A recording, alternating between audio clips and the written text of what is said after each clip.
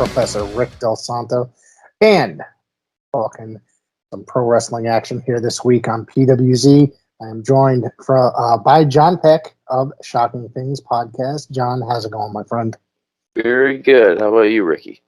Oh, man, it's a blast. We had another great NWA show this week with Power Surge, and then we're going to get into a little Paradise Alley action. They got a big show coming up this Saturday.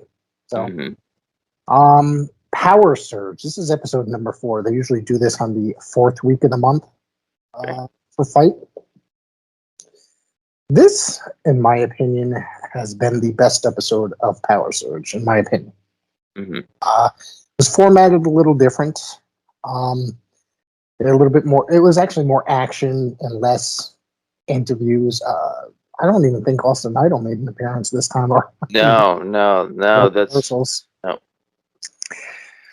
So it was this style that they did, I think, would make for a good secondary program, in my opinion. I think that it's not, it's $5 on Fight for 4 episodes, which isn't too bad. You're getting you're getting 3 brand new episodes and 1 episode of Power Surge every month. So I mean, this would be like a good secondary style program, in my opinion, to try to get people interested in purchasing the Fight subscription. Like if they put it on their website or YouTube or what have you. Yeah. You know what I mean? Because before they relaunched, what was it, this past spring, they took basically every piece of content they had down. Mm-hmm. Everybody was wondering on YouTube. They took it off of YouTube. Yeah, and then just relaunched on Fight, put it all up there on Fight. So I mean, what did you think so far of this episode? I thought it was good. I thought it flowed well. You weren't bored, the way the segments were done. I thought between the matches, Joe Galli talking, setting up the next segment, the start with Billy Corgan being interviewed. I thought it was done very well. My friend Billy Corgan. Yes. No scarf this week. No. I like Joe Galli. I think he's actually a really good commentator, and considering I don't know if he did anything outside of, like, say, the NWA, and I think he did Championship Wrestling from Arizona or something to that effect. Oh, okay. I didn't know that. United Wrestling Network. Yeah, and that's probably where I first heard him, was there. So the first match, I thought this was a really decent match, was Jeremiah Plunkett and Marcel Rocket. And Jeremiah, the fans love that he's from Tater Peeler, Tennessee. They're very excited to chant that. Right? That's actually pretty entertaining. This match, I like the Jeremiah Plunkett. Actually, I like both guys. I think they're really good. Jeremiah Plunkett, I think he's known in the Alabama area, in the indie scene out there, if I'm not mistaken. Somebody I know was talking about him not so long ago when he got the shot in the NWA, and I thought he's pretty entertaining in the NWA, I think, and this was a pretty solid matchup. It was a very old school match. I don't know how you felt. It felt like an 80s, just solid 80s wrestling match. Nothing really over the top or outrageous, or no crazy high spots, just a normal match. It was nothing flashy. Nothing, like you said, no crazy high spots, no flippy dippy stuff. It was just a really good wrestling match. And I like, it's another like throwback type thing. There's almost a near fall with a power slam. Did you notice that? I thought that was really good because that's something you really don't see anymore. In 2021, you don't see things like that. In the modern era, it's just that was pretty good. And I believe, if I'm mistaken, not mistaken, Marcel Rocket walked away with the victory, correct? Yeah, he did like a stunner, ace crusher, whatever you want to call it, People will argue what the name of that is. I'm just telling you that. And they'll argue, and then some people will argue that Michael Hayes invented it too. Do you remember we saw on one of these wrestling? Rick and I talk about these wrestling forums, and unfortunately, they'll let any imbecile go on them on Facebook. Unfortunately, Yeah, I started deleting myself from some of these groups. Oh yeah, that's Because I why you just, asked me, John, did you see this on this Impact forum? Like, oh, I'm not on there. Like, I thought you were. I'm like, yeah, I probably was like a year ago, but I deleted myself from it yeah, because it was too that, annoying. um, we should do a whole episode on wrestling forums. I could really do a whole Yeah, episode complaining, because it's quite funny. Just like, I understand there's fans out there. Some people's memories might not be as good as in their aging years, but some of the, posts are just a little redundant. Like, hey, have you ever heard especially of when you Ric have Flair? at your fingertips, Google at your Google. fingertips, and people ask Yes. the dumbest questions in the world. Who Yes. remembers this guy that has Andre the Giant? I think Yeah. we know who he is. Yeah, I think he's pretty Yeah. famous. I mean, I could understand it, no offense, but I can understand if somebody said like Jim Powers or Paul Roma or Yeah, somebody yeah. like that. But, it's just, Yeah, Jake it's like the Milliman, names. right? Someone like that, Yeah. then you'd understand. But yeah. Yeah. The names that are brought up, I'm just like, I see this guy in the grocery store or, some of these guys, or the guy was just on my TV last night. But yeah, it's kind of funny. I started deleting myself from some of them. Actually, I deleted myself from one today because it was just one guy. He's just like, oh man, I can't even believe you guys watch this fake stuff. But then it turned into, but you're in this group too. Yes. You know what I mean? And then he made some sort of racist comment, and he's like, oh, I'm not going to deny it. And he goes, I'm not going to deny I'm not racist. So I was like, this is too much for me. So I was Yeah. just like, I ended up just walking out of this group. And so I don't participate. I don't necessarily participate in a lot of the groups unless they're like NWA related Or maybe unless podcasts. I'm trolling someone, I don't participate usually. Well, yeah, that's the funny part. Are you a fan of horror movies? Necronomicon Ex Mortis, the Book of the Dead. What about cult classics? Your move, creep. If you are, you'll love Shocking Things. Please search for us on all the major podcasting platforms. To see our social media and a direct link to our podcast, please go to anchor.fm/shockingthings.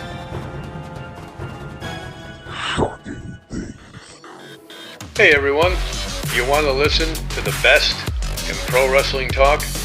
Tune in to the Top Rope Report podcast with Mr. Trivia and the Nugster Greg every Sunday, 6:30 p.m. on TalkShoe.com, Anchor, Spotify, Google Podcast. Join us as we discuss WWE, NXT, PAPW Independent Wrestling, and a whole lot more. It's the Top Rope Report, the best in pro wrestling talk. So where do we go from here? They showed the press conference with Arquette and Josephus next, right?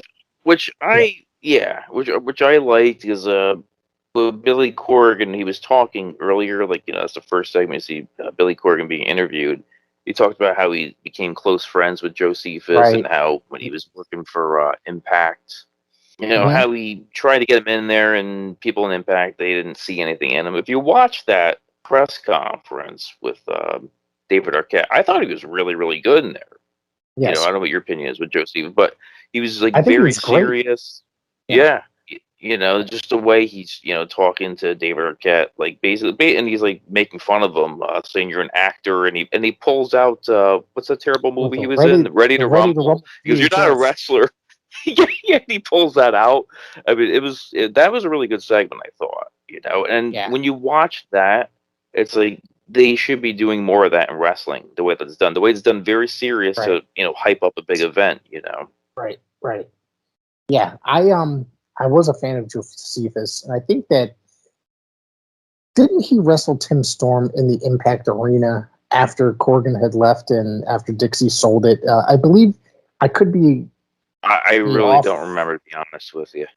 This might have been an empty arena match. I could be. My details might be a little off, or completely off, for all I know. But some of the timeline that Billy was talking about in that press conference, did he work there when it was still called TNA? Because he said TNA. I'm pretty sure it was still Impact when he was in there. It just turned into Impact Wrestling.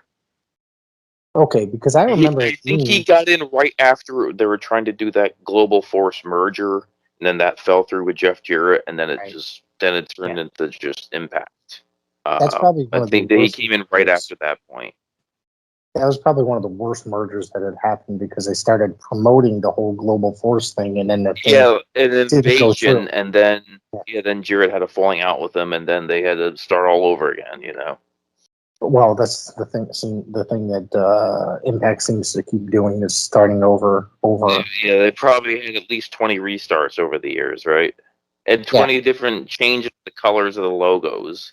Keeps going back and forth, the blue and It's white, usually and then blue or red, red and white. Yeah, and it keeps going back and forth, you know. Then they had with the Global Force, they had I like the neon green and blue when they did that. Yeah, and I think from what I know we're getting off subject here, but one of the things about that is that it's they when the whole merger fell through, I think it was what's his face that they had all the rights to his video footage, and he was suing them for it, and they had Anthem, is that the company you're talking about? Probably, yeah. And I think Jarrett was suing them, trying to get them back, and they had them on the Impact Plus app, and then to make to make space on the hard drives, the servers, they deleted them all, so all those files are missing. That's really freaking bizarre. That was just. You can still find some of that footage on YouTube, though. There's like single matches. I don't know about full episodes. I've heard that there was like a lot of empty arena. Well, not empty arena, but damn near empty arenas when they did. Yeah, they're filming in Las Vegas a lot, right? I believe at the time that's what they're doing a lot of their filming. Tell me this, think about this. You know, and baseball arenas, because Jeff Jarrett has, for whatever reason, he has this partnership with the minor league baseball stadiums. Okay, that's weird. They tried doing one in Bridgeport, Connecticut, but it fell through. I don't know if you knew that. They tried doing one, but I don't think there was enough advance ticket sales, I'm assuming, so it got canceled. Yeah, because nobody knew what it was, and a lot of it, you gotta think like the people that would have watched that stuff would have been like really diehard wrestling fans. Yeah. So that's very bizarre. I forgot where I was going to go with that. Anyways, so yeah. I'm watching now. I have this on in the background. This POWERRR Surge. I know there's another match, the triple threat match. Yes. Oh, what the hell was the guy's name? I don't have it in front of me now. The guy with the mullet. Freedom? Yeah, Friedman? Was it Freedom? Yeah. It was Freedom. Jordan Oliver. Oh, shit. What's the other guy's name? Jordan Clearwater versus Papw versus Rush Freeman. Papw and Rush Freeman. Yep. This NWA has this thing. They have to have at least on one of their shows a triple threat match. Yeah. And it's driving me insane. I know. And of course, somebody has to disappear for 5 minutes during the match, of course, at all times, right? Right. It's always a staple. It always, yeah, and then come out of nowhere and then the match ends. Like that's, NWA is falling into this category, like this type of wrestling show where there's always a three-way, and it's just like that's something for like the bigger leagues to handle. Like the NWA is supposed to be based on legacy and tradition and stuff, and it just seems like on occasion they keep borrowing from indie-rific type promotions and using matches like three ways. And at the 70th, what did they do at the 70th anniversary? They had like 2 4-ways instead of having a tournament for the national title. They had a bunch of 4-ways and the winner. Linda McMahon would call them a fatal 4-way. That's what Linda McMahon would call it. Fatal 4-way. Yeah. So it's just, it's just like aggravating sometimes because it's like I just want to see one-on-one matches. I don't want to see the whole. Only for like special events, or it's got to be like a good angle, not just here's just a random 3-way match, It's just a regular match on one of the shows. Like, and I remember, was it a couple of weeks back? There was like 2 in 1 hour, and I was just like, that's ridiculous. That's just too much. I understand. They want to fit some of these people into the show. They have a small roster, but they want to fit all these guys into the show and give these guys chances and stuff. But I just don't think that that kind of thing really fits the NWA. Yes, I agree. So Josephus and David Arquette. What do you think of David Arquette as a wrestler? Let's be honest here. I didn't finish it, but the other night I was actually watching some of that documentary, You Can't Kill David Arquette. And it was It's a pretty really good, and good- like you watch it, you feel bad for the guy, especially like Yes. was this legit that where he goes in the bar and he's trying to talk to like the Nasty Boys and some other wrestlers and he gets the crap beat out of him. Do you remember that, Rick? Where he's trying to get into this No. wrestling event. He gets in a fight with them, and then he talks to his wife. He's like, "Yeah, they wouldn't let me in, so I had to buy a ticket to go to the event." That's weird. That's really Yeah, and weird. then he, I don't remember yeah, that then part. I yeah. remember him sitting at a convention he was basically stuck in the corner Okay. with promo pics and nobody was at his table. And I think Oh, that's the beginning. I didn't get that far. I only watched like 20 minutes. The last thing I saw was he's like trying to train and he's at this backyard wrestling event. I was like, oh God, this guy's a millionaire Yes. and he's like subjecting himself to this, So, yeah, well, he wanted to do it the hard way. He wanted to prove, yes, he wanted to like Wanted prove to that prove. he can do this, but so he's gonna like humble himself and go through all that. So that's why I was like, oh, Yeah. And I mean, well, I the guy's respect it. serious, Yeah. And there's footage from Northeast Wrestling in there as well. Yeah, I Yes. didn't see that yet because I know he did wrestle. I know he popped up at Bethany, Connecticut for that event, and then he had a match in Waterbury, right? I think. I believe so. And then he made an appearance at like the one of the New York shows, the one that Kenny Omega wrestled Phoenix on. Oh, The okay. thing about Gotcha, yeah. he cut a promo. They cut an angle. Him and what's his face, Brian Anthony, at a restaurant in New Haven over there at Long Wharf, Bratzi's. Oh, okay. Never. I go there about once a year with my wife's family. It's a really, really nice place, and the food. Yeah, I haven't been there in a while, but yeah, Laura used to like to go there. Yeah, it's a really great place, but it's kind of funny. It was just like, dude, I'm just like that's, and they were sat in the area because they always usually use it for like a family gathering of some sort. So they always rent out that one room, and that's the room that they shot the angle in. So That's funny. Yeah, it was kind of entertaining, but I thought this was overall a good match. I'd like to see. I don't know. And yes, I'm sorry. That's all right. Is he going to continue to wrestle now that like the pandemic is basically over? I wouldn't say over, but I mean, it's start again. He made his documentary, so I think that's his goals accomplished. I don't see him. That was the real reason I believe why he did all of that. I'm assuming. I don't know, man, because he still goes online and talks shit now again to RJ City. Well, that's right. Wrestling Championship Wrestling from Hollywood as well. That's right. We'll have to see. But so this we got now. This wasn't just a singles match. This turned into a tag team match. Right, Yes, Rick? it was Tim Storm and David Arquette and Josephus and was that Hollywood? Is that who that was? Who the woman that's with him? With his what's her name? I don't remember her name. But they just referred to as his advisor, right? His spiritual advisor. Right. Yes. Yep. That was really Drew Dice Clay would say about her. She's a cute bald chick. You're into that. But yeah, this was I really liked it.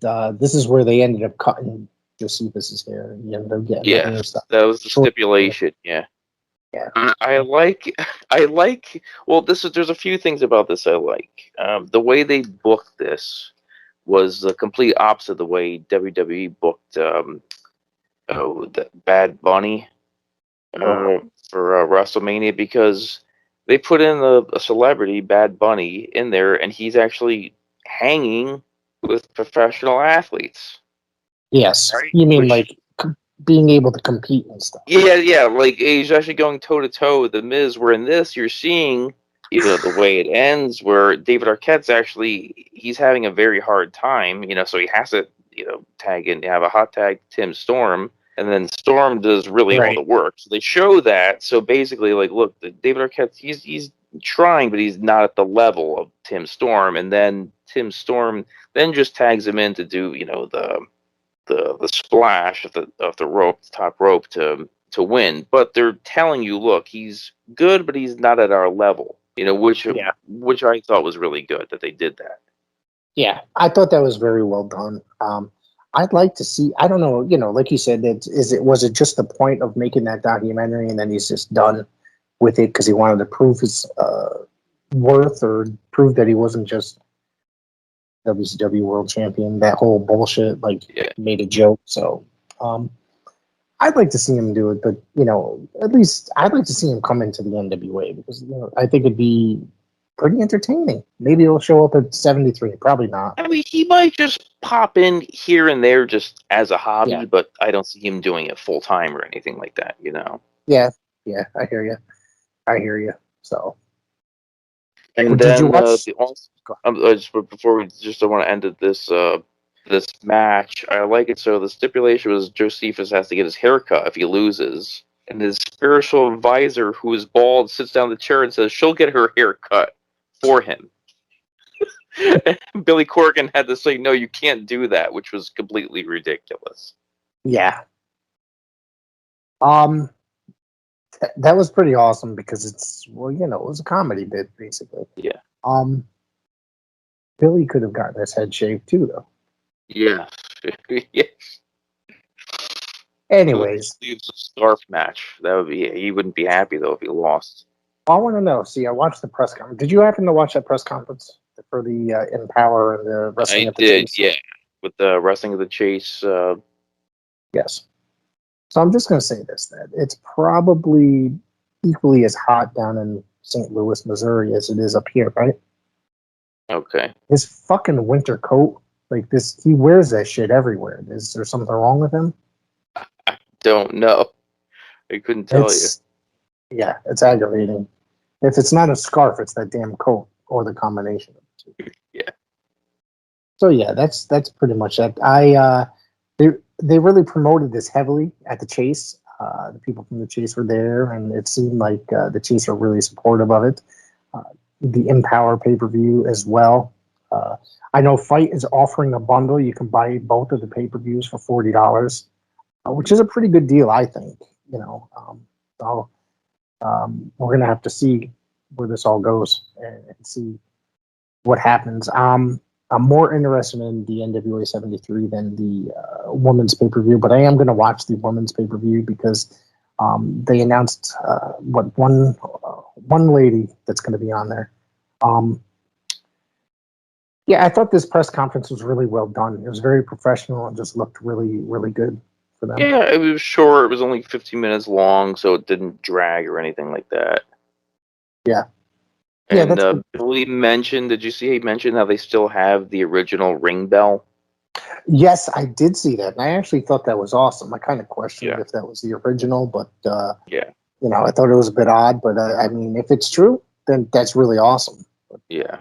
I thought the one thing that was was that the mayor or something from the town that was hosting it? Who was it that was hosting it? I'm not sure, to be honest with you. And the fact that he's like, and he was like, basically opened it up to the press to ask any questions at the end, and he's like, nobody has any questions.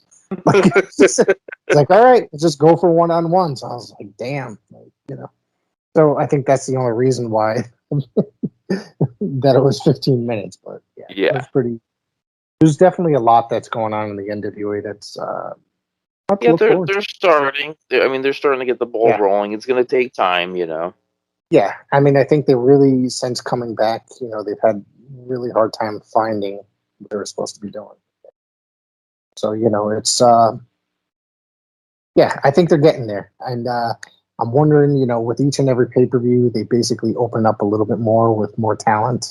So, and bring in some more people. So they even said that possibly down the road, they might be doing some TV tapings down at the Chase as well. So, okay, that'd be awesome. Or they threw that idea out there during the press conference. Good conference. afternoon and welcome to the Chase Park Plaza Hotel here in St. Louis, Missouri. My name is Brian Sullivan, and it is a true privilege and honor to be here today as wrestling officially returns to St. Louis and the Chase Hotel. May 23rd, 1959 is when Wrestling at the Chase made its debut, and come next month it will be returning to St. Louis. Like so many thousands of people in St. Louis, in the metro area, growing up watching the likes of Harley Race, King Kong Brody, Dick the Bruiser, Ric Flair, the Von Erichs, Gene Kiniski, Pat O'Connor, the names go on, the generations that have been impacted and continue to talk about wrestling at the Chase today bears witness to why this is such an important and historic event that the NWA is bringing back to St. Louis. So without further ado... I don't know if you've ever watched the wrestling from the Chase. There was a DVD set that came out probably 10 or more years ago. I don't know. I might have been from High Spots. I think it was like 13 volume set or something to that effect. And I got them all from off somebody, and phenomenal set, a really good set. I've watched just some of the stuff that was on the network. That's how I, because I remember, when they acquired it, reading an article, actually Dave Meltzer wrote an article, how actually Stephanie McMahon was the one pushing to get that. I don't know if you knew that. Really? Like, like Hunter was talking about it, and then she saw it, and then she was really pushing to buy the library. There's probably a lot of talent there that they could have used the footage for, Yeah. One of the things about that whole network thing is, or WWE buying stuff, they buy so much and then they don't put it up on the network. Yeah. There's a lot up there that they own so much, Smoky Mountain and AWA.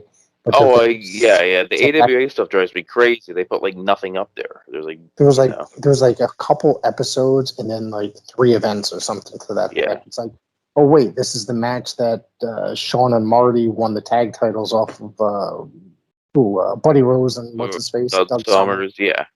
So like, all right, we're just gonna put this one up here. It's just like, because I want to see all the stuff. Just put all the shows that you own up there. I know it's going to be hard to digitize, but they want to take the guys that made their company famous and feature them, basically. So, which is kind of ridiculous. But I'm an old AWA guy. I'm an old world. But they put like a ton of world class up there too, though. That's the weird part. Or they did during the older version of the network. But anyways, that's it. Take a quick break, and then we'll be right back.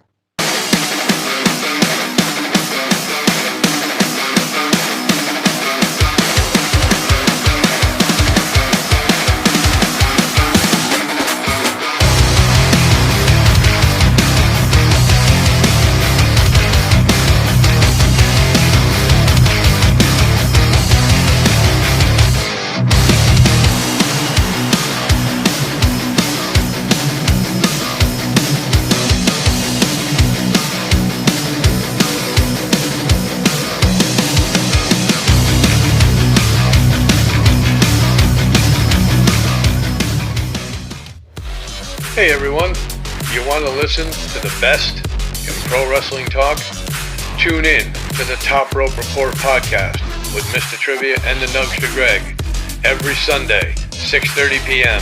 on TalkShoe.com, Anchor, Spotify, Google Podcast. Join us as we discuss WWE, NXT, PAPW Independent Wrestling, and a whole lot more.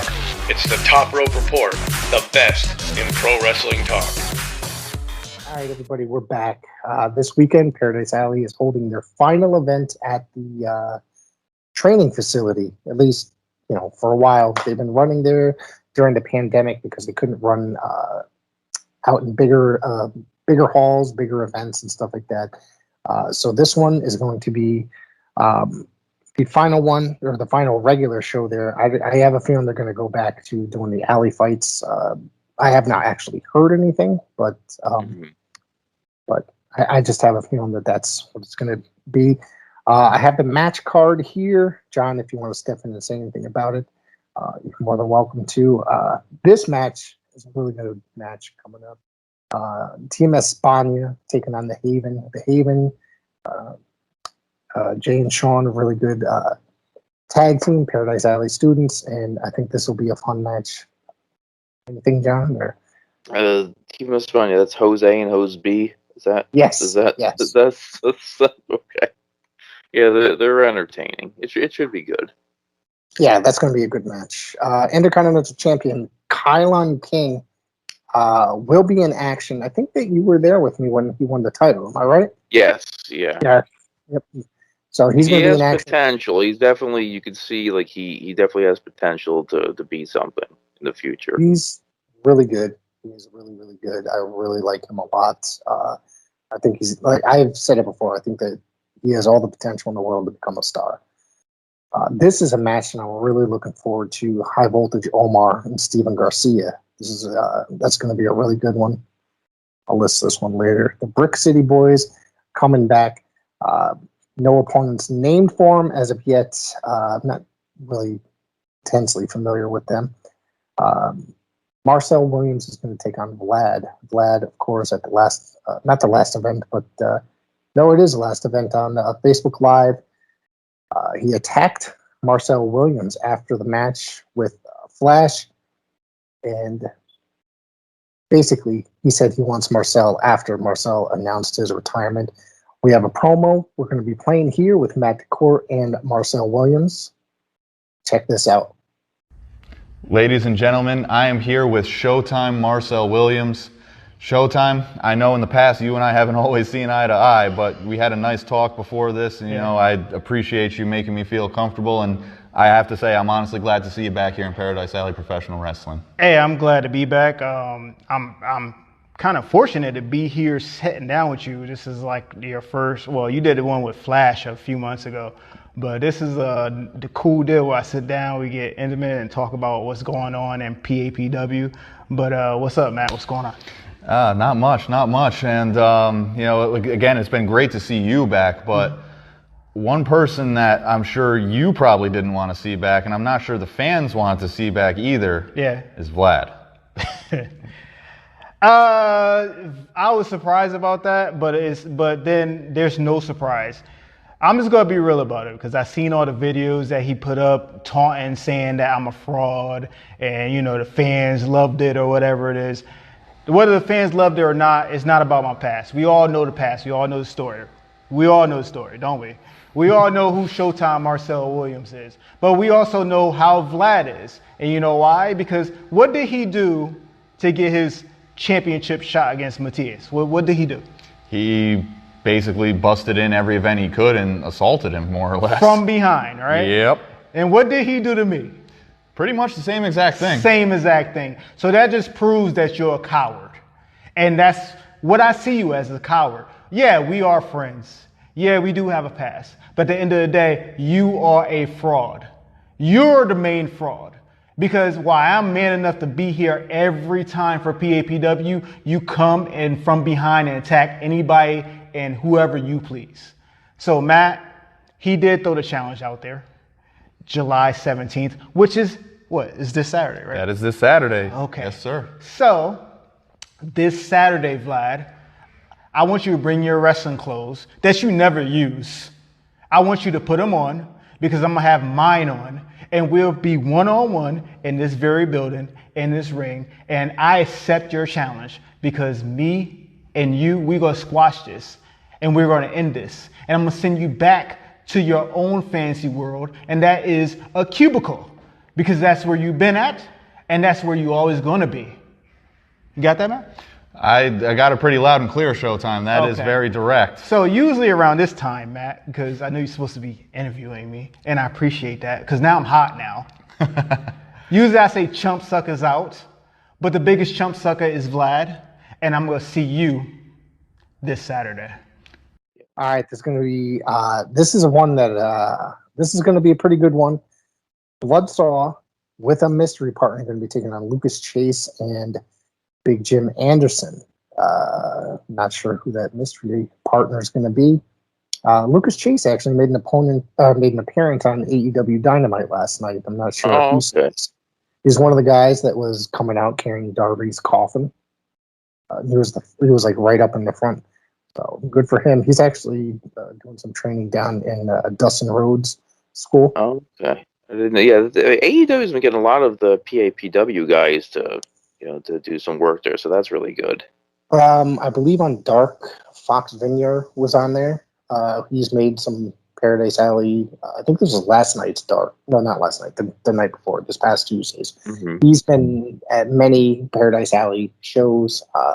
Trying to think who else was there. Waves and Curls have been there. Rick Recon. I know there's been some others that have made some appearance. So good for them. It seems to be the theme for the evening. I'm going to tell you this. This is let's see, Matthias and Insanely Rude are taking on Collusion. That's Maxim Morozov and Zafar, the mystery partner. Who's that mystery partner? A lot of mysteries in this event. It seems. Huh? Yeah, I know. This is going to be a wild event, huh? I wonder if it's gonna be Mario Mancini gonna, the special No, guest, but no. I have a feeling he'll be I have a feeling. I don't know. This is not being confirmed to me that he'll be in the Rumble in Paradise match. Okay. 2 years ago, I know he made an appearance there. Last year, the Rumble did not take place because of COVID-19. Okay. Yeah. So, in this match is going to be probably the best match of the night. Flash Waller taking on Colossal Mike Law. Are you familiar with Colossal Mike Law at all? I'm not. So let me get this straight. Dustin Waller, you are the new golden boy of Paradise Alley Pro Wrestling. The guy that Paul Roma's all of a sudden decided that he's going to put all his money on. And what a shame, how humiliating, how embarrassing is it going to be when you face me, Colossal Mike Law, and I embarrass you and humiliate you right in front of your very own trainer. For 16 plus years, I've been in this business and I've seen them all come and go. I've seen guys like yourself come in, be all hot, all of a sudden everyone's on their ass, and all of a sudden everybody wants to talk about them and tweet about how great they are. No one's ever given me that. No one's ever given me anything that I haven't taken or earned myself. And PPW will be no different, I will assure you that. I am better than you. I will showcase to each and every one of those fans, the promoters, and to your boy Paul Roma, exactly that.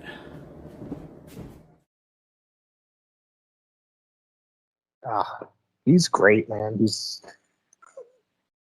I think knowing John Peck that you're going to actually find this guy entertaining. He's about as tall. He's about as tall as Jamie. Comes out with a gigantic barbell.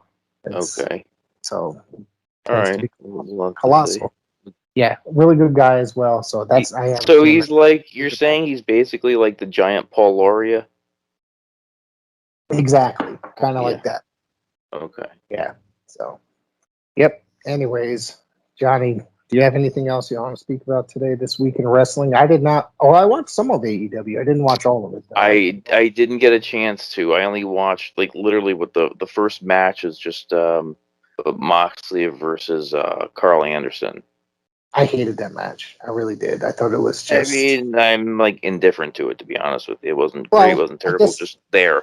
You know what I mean? I guess I should say I'm indifferent to it. Yeah. I like Carl Anderson. I'm just tired of watching Moxley. He just bores me. It's because we had a discussion before. It's like he was really good as Dean Ambrose, and then when he came as Moxley, it's like he started off pretty good, and then it just as time went on, he just got worse and worse. It seems. I don't know. And I feel bad. I mean, it's like I liked him a lot in WWE, and I've seen him a little bit in the Indies, but not like CZW stuff I saw before. Yeah. Yeah. And I'm not saying, and I think he made a couple appearances for Ring of Honor too back in the day. I'm not saying I really hate the guy, but it's just not delivering the way that it really, really should be. You know, it seems like he's phoning it in. Like, you know what I mean? It's just kind of like he's comfortable. He knows nothing's gonna happen to him. He's not gonna get fired or anything. So it's just like, just show up, give minimal effort. That's what it seems like to me personally. It's your dad, I mean, he's probably like, well, this is better than going back to WWE, which some people that he will. Well, I know he hated having to memorize scripts. He couldn't stand that, Yes, I read that. I heard that on a podcast. I'm trying to think maybe Jericho's podcast. And I think it was. And every time he got a script, he tried to go talk to Vince. He said, and then literally, then he had to go behind his back and try and get the writers to do it. Because Vince didn't want to hear him. Yeah. Well, I mean, you can't really blame them. These script writers, just people are basically talking like robots out there. They talk in ways that nobody's going to freaking talk. Doesn't make a lot of sense. All right, John. You got anything else this week? That's it. If you want for my podcast Shocking Things. Rick is going to make an appearance. We talk about this good, terrible movie. It's both, right? It's both good and it's terrible. It's called terrible. Grunt, Yep. with an exclamation point. The wrestling movie. It's a really fun movie if you want to watch it beforehand. It's on Tubi for free. So Rick and I, we go over the movie. We talk about, you know, some of the actors in it, some of the wrestlers mainly. That's the focal point that we really talk about. So Yep. I think if you're a wrestling fan, you'll get a kick out of it, especially an old school wrestling fan with the names in there like Exotic Adrian Street is in there. Who else is in there? Rick, off the top of my head. Spivey, Jack Armstrong. Spivey, yes, yeah. Victor Rivera, which Yes. I don't know, Monzo John Guerrero. Tolis. Yes. Yeah. So yeah, it's fun. So if you're a wrestling fan and a cult movie fan, you'll get a kick out of it. So just search for Shocking Things, you know, in, wherever you listen to podcasts. I'll put a link down in the description as well. All right, everybody. Well, I have to say thank you again for John for coming, and thank you for tuning in again. Enjoy.